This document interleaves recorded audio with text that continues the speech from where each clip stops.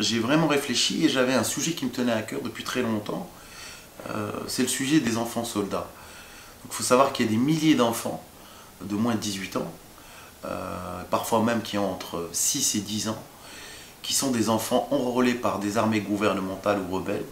Et je trouve que c'est un sujet assez difficile et je voulais vraiment en parler.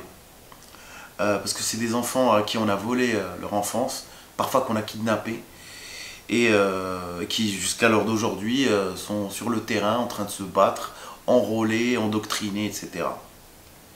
L'idée aussi m'est venue par rapport à un poème de Rimbaud qui s'appelle Le Dormeur du Val, qui est un très très beau poème, où il décrit une espèce de nature enchanteresse, magnifique, etc. Et puis tout d'un coup on voit un soldat en train de dormir, et vers la fin du poème on comprend qu'il n'est pas endormi mais qu'il est mort.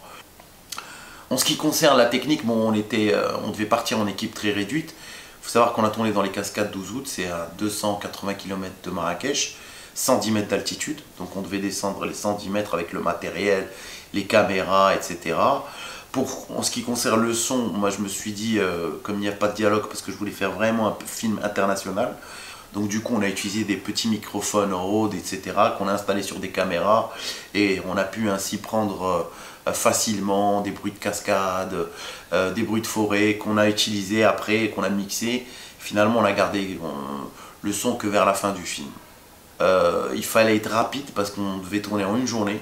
On allait suivre juste le soleil, les rayons du soleil, et parce que pour moi le soleil représente un petit peu la force de cette nature et de la vie, et il fallait suivre ce soleil du début de la journée jusqu'à la fin. Donc à chaque fois qu'un élément nous paraissait intéressant, on le filmait et on descendait comme ça au fur et à mesure jusqu'en bas de la cascade, où on a fait le dernier plan avec vraiment tout ce qui nous restait de rayons de soleil. Donc c'était l'opposition entre la grandeur et la force de la nature et cette mort lente et dont la nature est complètement différente. Et à la fin, le dernier plan, c'est un peu comme si la nature avait déjà repris ses droits sur l'être humain, en fait, sur cet enfant, puisqu'il disparaît complètement à l'intérieur d'elle-même. Et puis une espèce de vue un peu paradisiaque, peut-être qu'il est déjà parti au paradis. Donc voilà, c'était ça un petit peu l'esprit du cours, et c'était aussi une histoire de dénoncer ce qui se passe aujourd'hui dans le monde avec ces enfants, parce qu'il faut savoir qu'il y a encore plus de 20 pays qui engagent des enfants soldats.